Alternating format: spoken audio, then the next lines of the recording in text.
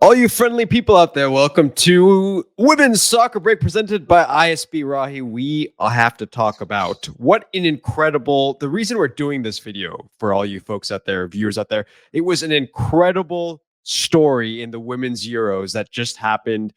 The hosts, Switzerland, were so close to being eliminated.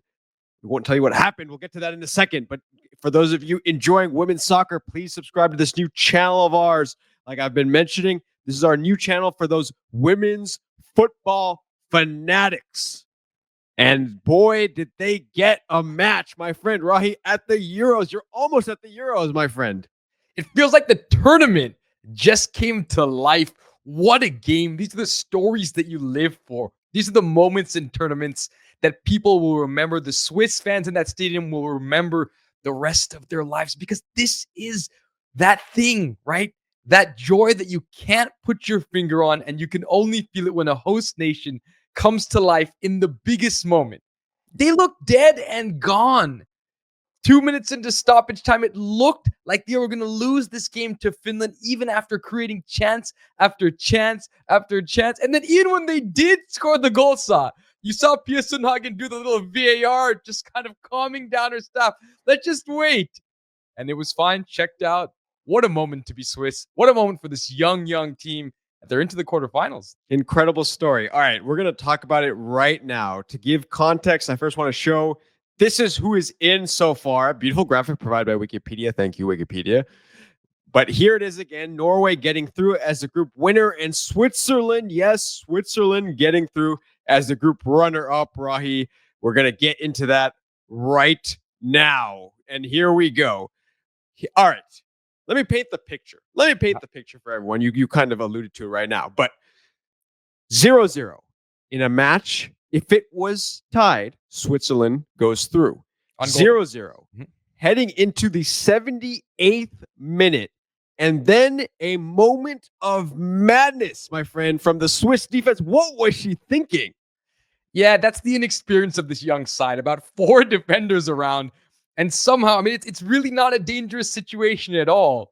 And somehow it ends up in a penalty, a very silly attack. But I want to go back to before the 78th minute because Switzerland had chance after chance to take the lead in this game.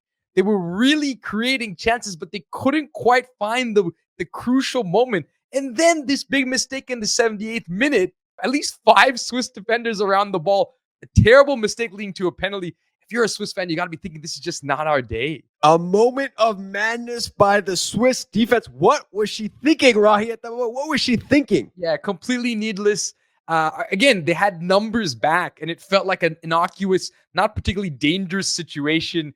And it felt at that moment like it was the death knell for the Swiss, right? It felt like the hosts were going out after a silly mistake. The stadium, you could see it in the stadium. It was like this air was pulled out of the stadium. It was so visceral, and we're watching it on TV, right? So we're not even there. You could feel it. You're like, man, the hosts are going to go out of the tournament. I think everyone was convinced that they were going to go out of the tournament. A few chances in the 80th minute, right? The 80th minute, 89th minute, another good chance. And it looked like it had all gone. And then, Rahi, what happened? I mean, it's actually an incredible move. It starts down the right-hand side, multiple players with touches. Eventually, it gets cycled back to Reuteler on the edge of the box. And it looks like a beautiful pass. I'm not sure if it was a shot. I don't know. We'll never actually know the true answer, but it falls perfectly for Shamaili. And you got to say, it's a great finish. It's a poacher's finish, stepping in front of the Finnish defender. Cue bedlam in Geneva. It was insane, and the stadium just was nuts. All the red in the crowd, it was going insane. And in that moment, you realize, man, and I feel bad for the Finnish fans who were there too, but you got to say, this is why we love football. What a moment for those Swiss fans, hosting the tournament in their country and making it through to the next round. Yeah. It's those moments that Swiss fans will never forget. It's when you fall in love with the team, you fall in love with the country. I mean, you could go back so many tournaments of the past. Remember the Korean men's team in 2002. I still have Korean friends who remember that tournament so fondly. Host after host, when they have these incredible moments, it's something that cannot be forgotten. And this is the moment of the tournament so far. It's a moment when this young Swiss team, there were so many doubts coming in. Young team with an old, experienced manager, but it didn't seem like they were going to go through. And they find this crucial moment, and you have to give credit to the Swiss for keeping on pushing for that equalizer. And ultimately, they did deserve to go through. Yeah, they deserve to go through. So that was a congratulations to the Swiss.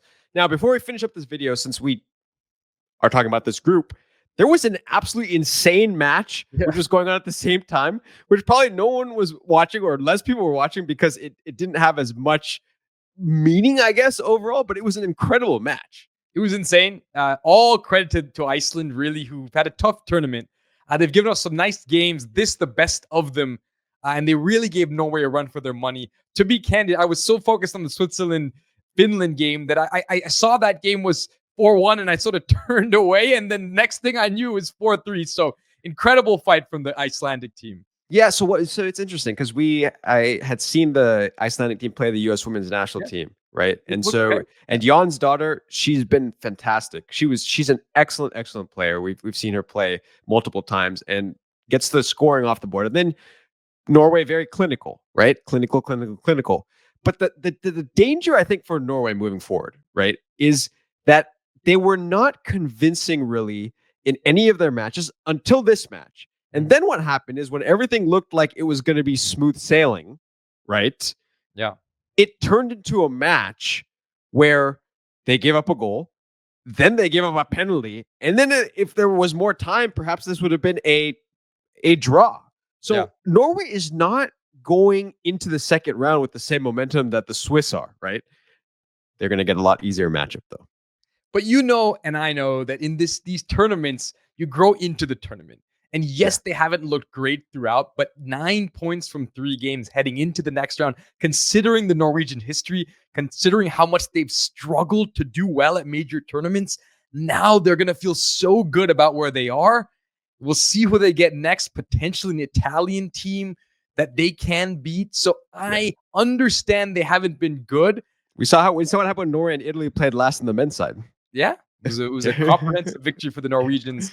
Perhaps the women can do it as well. Yeah. I'm not concerned about this Norwegian team because I think they're built momentum through the course of the tournament. And plus, they played a lot of their second string players today as well. It wasn't the same starters that played before. I think the more worrying matches were earlier, but then you saw how good the Swiss team was, right? So, so maybe they just had good competition, right? Finland and Switzerland both show that they're tough teams.